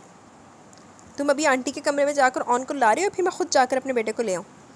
रेहान को इतना तो अंदाज़ा हो गया था कि कल शाम इसके पीछे कोई बात ज़रूर हुई तो जिसमें गलती इरा की नहीं होगी, और अगर अभी भी वो ख़राब मूड में गुस्सा करी तो इसका गुस्सा भी जायज़ होगा। वैसे भी रेहान को इस बात का अंदाज़ा था कि इरा गुस्सा सिर्फ इसी को दिखा सकती है। मायनूर के सामने ना तो इस तरह गुस्सा कर सकती है और ना ही मायनूर इसके गुस्से को सीरियस लेती, इसलिए खामोशी से कमरे से निकलकर मायनूर के बेडरूम में ऑन को ले आया।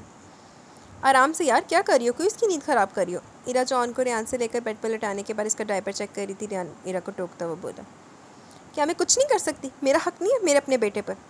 रेहान के बोलने की देर थी, इरा इस पर बुरी तरह भड़की। इसके अंदाज़ पर रेहान तंग रह गया, क्योंकि इस तरह का अंदाज़ इसने पहले कभी नहीं अपनाया था।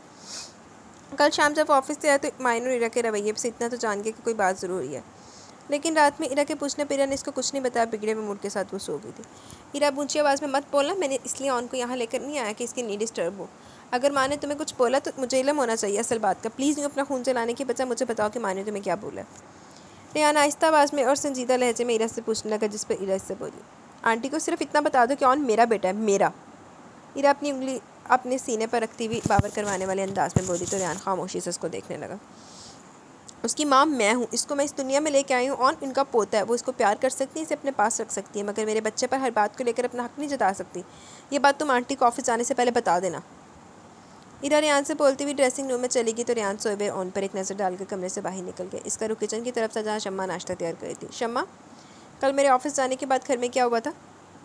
असल कहानी इसको शम्मा से मालूम हो सकती थी, इसलिए वो किचन में शम्मा के पास चला है। इरा भाभी ने आपको नहीं बताया? कल शाम में इनकी पुप्पो और कज़न यहाँ पर आई थी ऑन बाबा के लिए कुछ कपड़े और सामान लेकर। बड़ी बेगम साहिबा ने वो सारा सामान उन लोगों के सामने रऊफ़ ड्राइवर को इसके छोटे बेटे के लिए दे दिया, और तो और इनकी पुप्पो से भी ढंग से बात नहीं की, और ना ही ऑन बाबा को इन लोगों से मिलने की इजाज़त थी।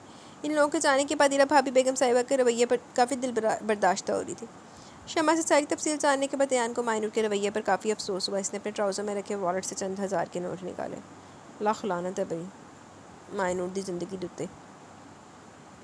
शम्मा, एक काम करो, ये पैसे रऊफ़ को दे, इससे कहना वो इन पैसों से अपने बच्चे के लिए शॉपिंग कर ले, और इरा के पप्पो का दिया हुआ सारा सामान इससे लेकर मेरे रूम में रखवा दो। रेहान शम्मा की जानी पैसे बढ़ाता हुआ बोला, हेलो हैंडसम, अभी तक ऑफिस जाना नहीं हुआ आपका? रेहान किचन से बाहर निकला तो इशवा की चहकती हुई आवाज़ ने इसका इस्तकबाल किया। आज सुबह फिर भी सिकंदर विला में इसकी आमद हो चुकी थी। हाँ, आज थोड़ा लेट जाना था। तुम सुनाओ, खैरियत है? रेहान इशवा को देखता हुआ इससे पूछने लगा। हाँ, सब खैरियत है। माही की याद आ रही थी तो सोचा कि यहाँ आकर उनसे मिल लूँ। इशवा रेहान को देखती हुई मुस्कुरा कर बोली, अच्छा क्या जो आकी, माँ अभी तक जागी नहीं? वैसे ये बताओ, नाश्ता किया तुमने?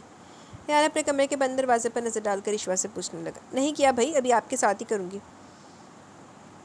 ईशवा ने मुस्कुराते रेहान को जवाब दिया। शॉर्ट, रेहान ईशवा से बोला तो ईरा की बेडरूम से आमद हुई। रेहान ने नोट किया ईरा ईशवा को रेहान के साथ खड़ा देखकर एक लम्हे के लिए वहीं रुकी। इसके चेहरे के तासरात पल भर के लिए तब्दील हुए। ईशवा ने आके बढ़कर रस्मन भी ईरा से मिलना ज़रूरी नहीं समझा, लेकिन रेहान को ताज्जुब की बात तब लगी कि बदपा ईरा ने भी क्लार्क को एक तरफ रखते हुए ईशवा से ना तो रस्मन मिलने की जहमत की, ना ही इससे इसकी खैरियत पूछी, और बेचारी चेहरे से जाहिर करती बिना कुछ बोले किचन में चली गई। चलो शुक्र है उस बीबी ने भी किसी ने कुछ कहना आंदा। शम्मा, ज़रा जाकर ऑन बाबा को लेकर ले आओ मेरे पास। ईशवा और रेहान डाइनिंग हॉल में चेयर पर बैठे हुए थे। ईरा की वहाँ आमद पर ईशवा शम्मा को मना करती हुई बोली। शम्मा को आवाज़ देती हुई बोली तो शम्मा ऑन को लेने के लिए जाने लगी। रहने तो शम्मा, ऑन सो रहा है, अभी इसकी नींद ख़राब करने की कोई ज़रूरत नहीं है इसे यहाँ लाने की। ईरा जो कुर्सी पर बैठने वाली थी खासतौर पर रुककर शम्मा से बोली तो ईशवा के साथ साथ रेहान ने भी एक नज़र ईरा के संजीदा चेहरे पर डाली। फिर शम्मा को किचन में जाने का इशारा किया, जबकि ईशवा ईरा की बात सुनकर हल्का सा मुँह बनाती हुई अपनी प्लेट पर झुक गई। आप कुछ ले क्यों नहीं रहे? ईशवा अपनी प्लेट में मौजूद ऑमलेट फोर्क की मदद से खाती हुई रेहान से पूछने लगी। ईरा के आने का वेट कर रहा था। रेहान के बोलने पर ईरा जताने वाली नज़रों से ईशवा को देखकर अपनी कुर्सी पर बैठ गई और रेहान की प्लेट में ऑमलेट रखने लगी। रेहान को चीज़ ऑमलेट पसंद नहीं कि वो ये नहीं खाएंगे। इससे पहले रेहान खुद ईरा की अपनी प्लेट में ऑमलेट डालने से रोकता। ईशवा ईरा को देखकर एकदम बोली। इस पर ईरा के माथे पर हल्का सा बल्लम उतार हुआ, जो रेहान की नज़र से छुप नहीं सका। पहले पसंद नहीं था, लेकिन अब इसको पसंद है और वो रोज़ चीज़ ऑमलेट का ही नाश्ता करता है। ईरा की बात सुनकर रेहान का मुँह हैरत से खुलेगा खुला रह गया। चलो जी, खाओ रेहान साहब ऑमलेट चीज़ वाला। स्ट्रेंज, मैं रोज़ चीज़ ऑमलेट नाश्ते में लेता हूँ, ये बात मुझे आज पता चल रही है। रेहान हल्की आवाज़ में ईरा को देखकर बड़बड़ाया, जबकि ईशवा कन्फ्यूज़ होकर ईरा के बाद रेहान को देखने लगी। खाओ। ईरा ने संजीदगी से रेहान की प्लेट की तरफ इशारा करते हुए कहा तो ईरा की बात का भरम रखने के लिए फोर्क की मदद से नापसंदीदा नाश्ता हलक से नीचे उतारने लगा। थोड़ी देर बाद डाइनिंग हॉल से मायनूर की आमद हुई। ऑन को कौन लेकर गया था मेरे कमरे से इतनी जल्दी? ईशवा से खुशदिली से मिलने के बाद माथे पर बल्ली ईरा को देखकर पूछने लगी। ऑन को मैं लेकर गया था, कल ऑफिस से लेट आना हुआ तो मैं अपने बेटे के साथ वक्त नहीं गुजार सका। ईरा के कुछ बोलने से पहले रेहान बोलता हुआ नैपकिन से मुंह साफ करके कुर्सी से उठ गया। इसे ऑफिस जाने की तैयारी करनी थी, जिसके लिए वो लेट हो चुका था। नाश्ते से फ्री होकर ईरा जब कमरे में आई तो रूम में आलिया का लाया हुआ सारा सामान देखकर बुरी तरह चौंकी। वह हैरत से उनका सारा सामान देख रही थी। तभी रेहान ऑफिस जाने के लिए तैयार होकर ड्रेसिंग रूम से बाहर आया तो ईरा रेहान को देखने लगी। सुनो, शाम में तैयार है ना? मैं, तुम और हम तीनों तुम्हारी पुप्पो से मिलने जाएंगे। काफ़ी दिन हो गए इनसे मुलाकात हुए। रेहान का प्रोग्राम सुनकर ईरा की आंखें नम हो गई। ईरा को ज़रा यकीन न था कि रेहान इस छोटी सी बात का नोटिस लेगा और इसकी नज़र में इसकी पुप्पो और इसकी कज़न की भी वैल्यू हो सकती है। तुम अच्छे हो रेहान?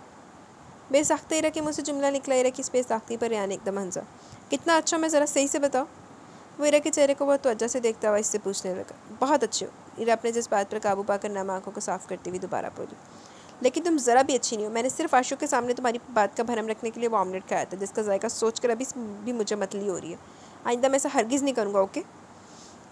रेहान की बात पर ना चाहते हुए ईरा को हंसी आके इसको मुस्कुराता हुआ देखकर रेहान ने अचानक ईरा को अपने हंसार में कैद कर लिया। वही रेहान की इस हरकत पर ईरा की हंसी को ब्रेक लगा। क्या कर रहे हो तुम? ईरा रेहान को बाजू में कैद इसकी हरकत पर परेशान होकर इससे पूछने लगी। सोच रहा अपने मुँह का जायका दुरुस्त कर लूँ। रेहान ने ईरा के गुलाबी होंठों को देखते हुए कहा और ईरा के एहतजाज करने से पहले वो इसके होंठों पर झुक गया। रेहान की इस बेबाकी पर ईरा का दिमाग बुरी तरह झंझना उठा। रेहान ने कब इसके होंठों को अपने होंठों की कैद से आज़ाद किया, कब इसके नर्म नाजुक वजूद को अपने सख्त हसार से बाहर निकाला, कब वो बेडरूम से ऑफिस जाने के लिए बाहर निकला। ईरा को होश न था। वही पत्थर की मूरत बनी रेहान की इस बेबाक हरकत का सोचकर शौक खड़ी थी। ईरा भाभी, क्या हो गया आपको? इसे होश तब आया जब शम्मा ने इसका हाथ पकड़कर इसे पुकारा। वो अभी रेहान ने, नहीं कुछ नहीं हुआ। खैरियत, तुम किस काम से आई हो? वो गायब दिमागी से शम्मा को देखकर पूछने लगी। दिल की धड़कनें थी कि अभी तक काबू में आने का नाम नहीं ले रही थी। बेगम साहिबा आपके पास से ऑन को लाने का क्या बोल रही हैं? शम्मा ईरा को देखती हुई बोली। हाँ तो ले जाओ ऑन को इनके पास। ईरा बोलते हुए गुमसुम सी सोफे पर बैठ गई। मालूम नहीं वो अब तक कैसे खड़ी थी। आपकी तबीयत तो ठीक है ना?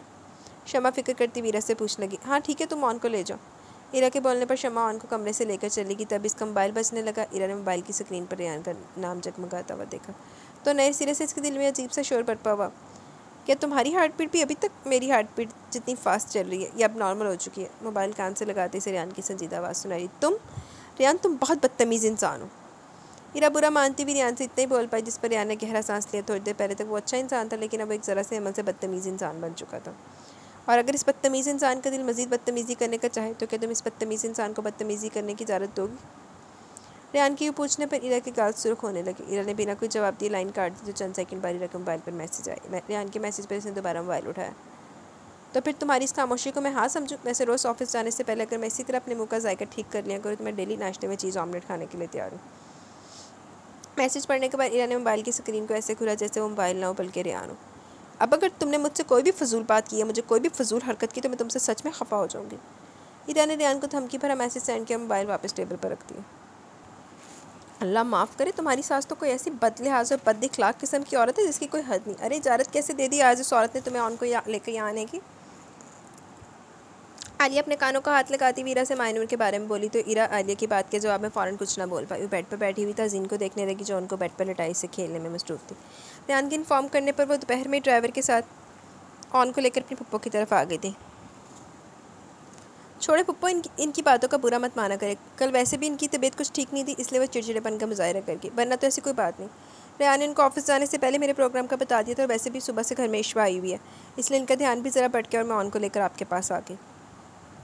इरा की बात पर तज़ीन भी इसकी तरफ मतवज्जा भी। आलिया को इरा की बात सुनकर तसल्ली नहीं हुई, इसलिए वो दोबारा इरा से बोली, अरे बीबी रहने दो, अपनी सास के करतूतों पर पर्दा ना डालो। जब ज़्यादा जिंदा था तब इसने कितना नाक पे दम करके रखा था तुम्हारा।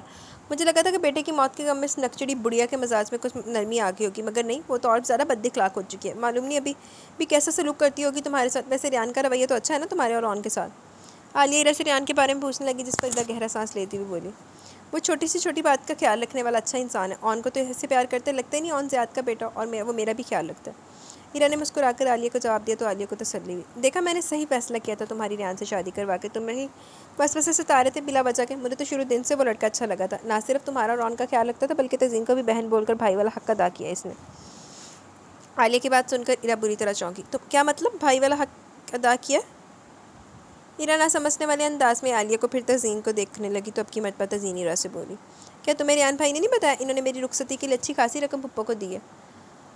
तज़ीन के बोलने पर इरा होंक पनी नफ़ी में सर हिलाकर इसको देखने लगी तो आलिया भी इरा से बोली, मैं तो समझ रही थी तुम्हारे इल्म में होगी ये बात, इसने तुम्हें नहीं बताया? 4 दिन पहले मेरी खैरियत पूछने आया तो इत्तेफाक से इसे तज़ीन के ससुराल वाले भी रुखसती की डेट लेने आए हुए थे।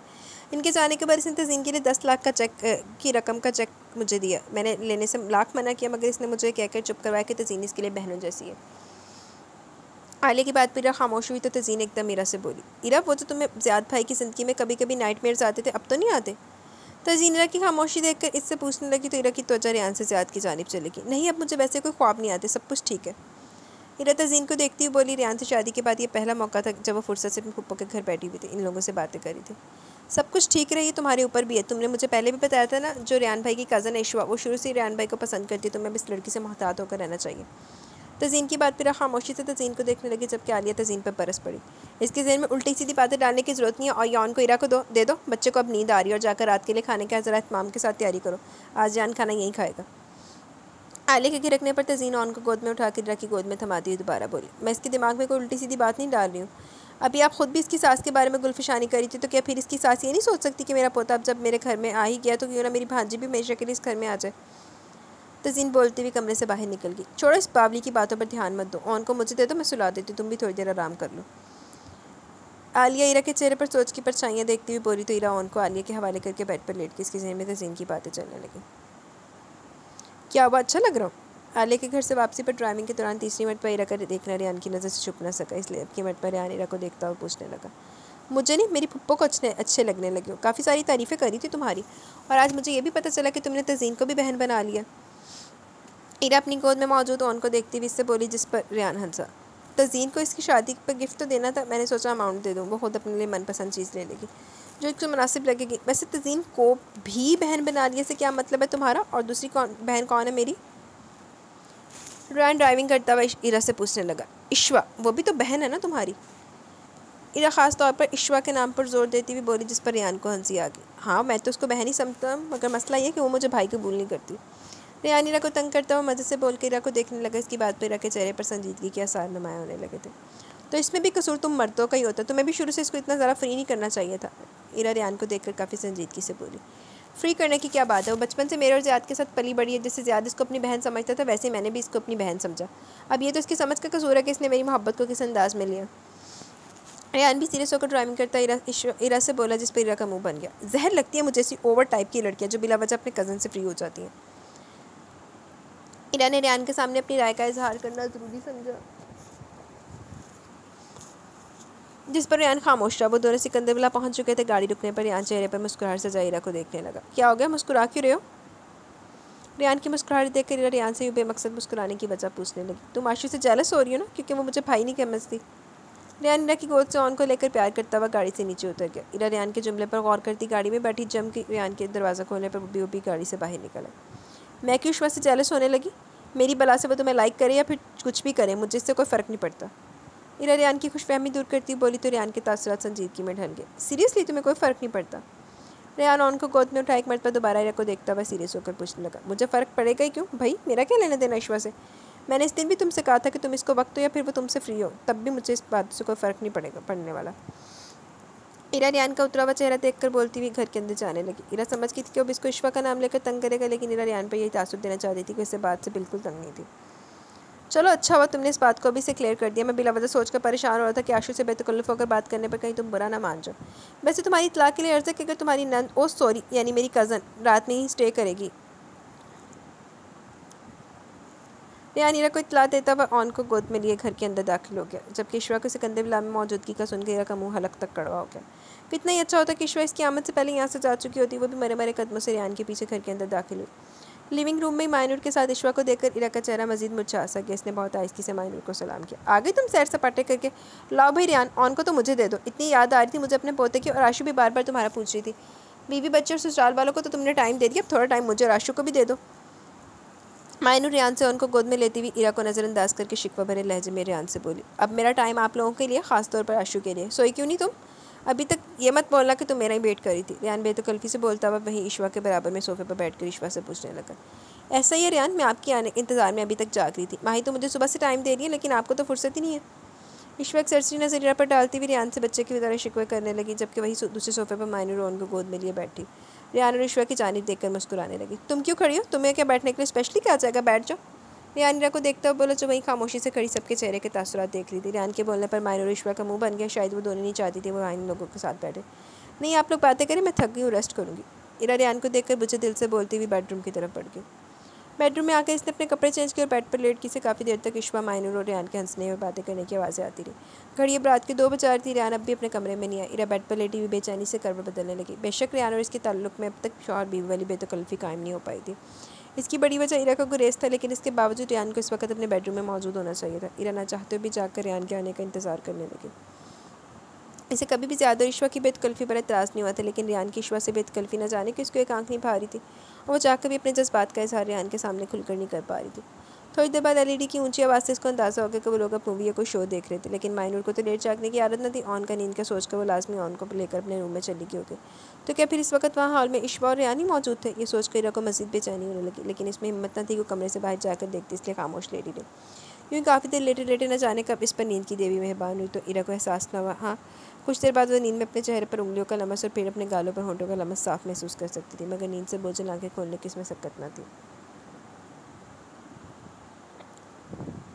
सुबह की सफ़ेदी में बिखरा 400 सब्ज़ा इसकी बोझल तबीयत पर खुशगवार असर मरतब कर रहा था।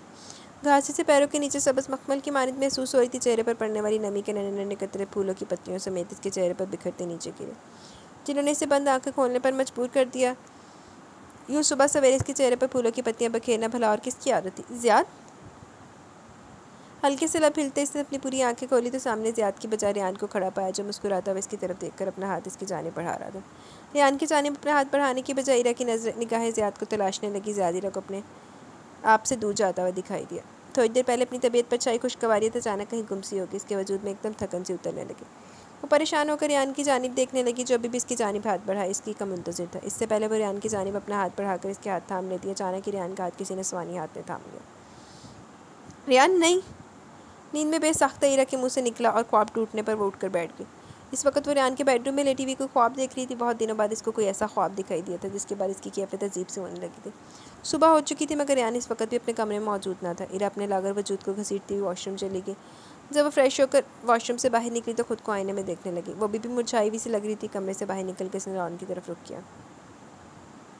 जॉगिंग के बाद वह सिकंदर विला में दाखिल हुआ तो सामने लॉन में पहले इरा को मौजूद पाया। शेरू का बेल्ट छोड़कर वो लॉन में चहलकदमी करती इरा के पास चला। क्या हुआ? आज इतनी सुबह कैसे आँख खुल गई तुम्हारी, या फिर रात भर नींद नहीं आई? रेहान ईरा का सता हुआ चेहरा और आंखों में उतरी हुई सुर्खी को गौर से देखकर इससे जल्द जागने की वजह पूछने लगा। अमूमन रेहान के जॉगिंग करके आने के बाद ही जागती थी और जब रेहान ऑफिस जाने के लिए तैयार होता तो वो रोज़ शम्मा के पास किचन में जाकर इसके नाश्ते में हेल्प करवाया करते थे। रेहान का सवाल सुनकर अपने ख्वाब को सेहत से छिटकती हुई इस्तज़ाई अंदाज में हंसी। नींद ना आने वाली क्या बात है, कल रात तो मुझे इतनी थकन थी कि बेड पर लेटती आँख लगी, इसी वजह से तो इतनी जल्दी आँख खुल गई। रेहान पर तासुर हरगिज़ नहीं देना चाहती थी कि वो रात में इसका काफ़ी देर तक जाकर कमरे में आने का इंतज़ार करती, लेकिन हकीकत यही थी कि सारी रात इसकी बेसुकूनी में गुजरी थी। अच्छा, लेकिन तुम्हारी आंखें तो कोई और कहानी बयान कर रही हैं। ईरा जो कि अपने कदमों के पास शेरू को झुककर प्यार करती, रेहान की बात सुनकर उठती हुई रेहान के सामने खड़ी हुई। वो खोजने वाली नजरों से ईरा को ही देख रहा था, जैसे इसके चेहरे पर कुछ तलाश कर रहा हो। तुम्हें मेरी आंखें पढ़ने की कोई ज़रूरत नहीं, जाओ जाकर इसकी आंखें पढ़ो जिसको पूरी रात टाइम देते रहो। ना चाहते हुए ईरा की लहजा तुश हुआ, वो आने वाले गुस्से को जब्त करती लॉन में मौजूद कुर्सी पर बैठ गई, जबकि इस गुस्से से रेहान के होंठों पर शोखी भरी मुस्कुराहट उभरी। तुम्हें कैसे मालूम है कि मैं सारी रात आशु को टाइम देता रहा? बकौल तुम्हारे, तुम तो रात में जल्दी सो गई थी। रेहान भी इसके बराबर में कुर्सी पर बैठता ईरा से बोला। तो ईरा को अपने गलत जुमले बोलने का एहसास हुआ। तुम्हारा ये खुशगवार मूड इस बात की निशानदी करा, वरना तो रोज़ सुबह तुम्हारे चेहरे पर 12 बजे होते। ईरा से और कोई बात ना बन पड़ी तो उसके जो मुंह में आया इसने बोल दिया, जिस पर रेहान पूरी आंखें खोल के ईरा का चेहरा देखने लगा। अब तुम मेरे साथ ज्यादती कर रही हो, ये बहुत गलत बात है। रेहान सीरियस होकर ईरा से बोला, भला इसके चेहरे पर कब 12 बजे होते हैं? वो तो हर वक्त अपनी बीवी से बात करने के बहाने तलाशता रहता था। अब यहाँ पर क्यों बैठ के हो मेरे सर पर? आज मेरा नाश्ता बनाने का मूड नहीं है, जाओ जाकर नाश्ता करो, शम्मा तुम्हारा नाश्ता बना रही है। ईरा रेहान की नज़र से तंग होकर भराए हुए लहजे में बोली। न जाने कि उसको रोना आने लगा, लेकिन वो रेहान के सामने हरगिज़ रोने का इरादा नहीं रखती थी। वो चाह रही थी कि रेहान यहाँ से चला जाए, जबकि रेहान संजीदगी से ईरा के चेहरे को गौर से देखकर कुर्सी से उठा और अचानक ईरा का हाथ पकड़ कर इसे भी कुर्सी से उठाने लगा। आओ चलकर नाश्ता करते हैं, वो नरम लहजे में ईरा की कलाई पकड़ता हुआ बोला। नाश्ता इसी के साथ करो जिसके साथ तुम पूरी रात। रेहान ने इसका जुमला मुकम्मल होने से पहले अचानक ईरा का चेहरा थामकर इस अपने होंठ ईरा के होंठों पर रख दिया। ईरा रेहान के अमल पर बुरी तरह सटपिटाई और इसने रेहान को पीछे धकेलना चाहा, मगर रेहान अब ईरा की कमर पर दोनों बाजुओं को बांधकर ईरा के वजूद को अपनी गिरफ्त में ले चुका था। ईरा की आंखें खुद ब खुद नम होने लगी, जो इसके गालों को भिगोती चली गई, जबकि इसकी सांसें रेहान अपनी सांसों में कैद करने लगा। रेहान की हरकत पर ईरा का चेहरा सुर्ख पड़ गया और इसका जब्त जवाब देने लगा। तब रेहान इसके होंठों से अपने होंठ जुदा करते हुए अपने दोनों हाथ ईरा की कमर से हटाए। रेहान की गिरफ्त से ज़्यादा मिलते हुए 2 कदम पीछे हुई और रेहान से नजरें मिलाए बगैर अपनी आंखों से निकलने वाले आंसू पोंछने लगे, जो अभी तक थमने का नाम नहीं ले रहे थे। रेहान एक पल दोबारा ईरा के करीब आया और इसका चेहरा अपने हाथों में थामता हुआ बोला। कल रात 2:30 बजे अशर की कॉल आई थी, इसका एक्सीडेंट हो गया था। कल रात मैंने आशु के साथ नहीं गुजारी, बल्कि अशर के साथ हॉस्पिटल में गुजारी है। बिला वजह कब तक लड़ती होगी खुद से? आखिर ये बात तुम तस्लीम क्यों नहीं कर लेती कि मैं सिर्फ तुम्हारा हूँ? क्यों नहीं समझ आती तुम्हें इतनी सी बात? रेहान की बात पर ईरा को मजीद रोना आने आया तो रेहान ने ईरा को अपने बाजू में छुपा लिया और इसके बालों को चूमता हुआ प्यार से खामोश करवाने लगा। तुम्हें कोई गलत फहमी हुई है, इस वजह से तो नहीं रो रही हूँ कि तुम सारी रात इश्वा के पास रही या फिर अशर के पास रहो। मुझे इस बात से कोई फ़र्क नहीं पड़ता, मुझे तो अपनी पप्पो याद आ रही थी तो रोना आ गया। रेहान के सीने में अपना मुँह छुपाया ईरा रोने के दरमियान रेहान को बताने लगी, जिस पर रेहान ने गहरा सांस लिया और खुद ही अपनी हार तस्लीम करता हुआ बोला। हाँ, मैं जान गया हूँ तुम्हें 1% भी मेरी परवाह नहीं। रात के वक्त मैं आशु के साथ रहूँ या फिर एमरजेंसी पे अपने दोस्त के साथ अस्पताल में, तुम्हें इस बात से कोई फ़र्क नहीं पड़ता। लेकिन शौहर के किस करने पर अचानक पप्पो का याद आ जाना, यार ये कोई लॉजिक ही नहीं बनती। लेकिन तुम मेरी वाइफ और मैं एक अच्छे हस्बैंड की तरह तुम्हारी किसी बात को गलत नहीं बोल सकता। अब ब्रेकफास्ट कर लेते हैं। रेहान बिल्कुल संजीदगी से इसकी सारी बातों को तस्लीम करके ईरा के आंसू साफ करता हुआ इसकी सुर्ख आंखें देखने लगा। तुम्हें मना किया इस तरह मत रोया करो, मेरे दिल को सच में तकलीफ़ होती है यार तुम्हारी आंसू देखकर।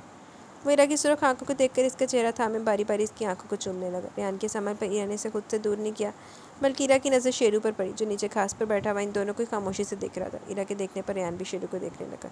इसने हमारा पूरा सीन इंजॉय किया और अभी भी कितने मज़े से बैठा हुआ हम दोनों को देख रहा है। अब शेरू के देखने पर ऐसे मत शर्माओ, वो किसी को कुछ नहीं बताने वाला हमारे बारे में। चलो अंदर चलते हैं। रेहान ईरा की खफगी मिटाता हुआ ईरा को अपने साथ लिए अंदर ले गया। अपने कमरे से निकलती विश्वा सामने से रेहान और इसके साथ ईरा को देखकर वापस अपने कमरे में चली गई। चलो जा बीबी, तू भी जाकर रेस्ट कर, थोड़ा जरा आराम दे। एक तो घरों कड्डी हुई है, जो देखो मुँह चौक के तुर पैंदी। जी तो गाइस, यहाँ पे हमारी तीसरी एपिसोड भी अपने इख्तिताम को पहुँची। कैसी लगी आपको किस्त, अपनी राय का ज़रूर इज़हार कीजिएगा। हमारी 21 एपिसोड हो गई हैं। इंशाल्लाह जल्दी मिलेंगे न्यू एपिसोड के साथ। तब तक के लिए अपना बहुत सारा ख्याल रखें, दुआओं में याद रखें। मुझे इजाज़त दें, मैं चलती हूँ। अल्लाह हाफ़िज़ जी।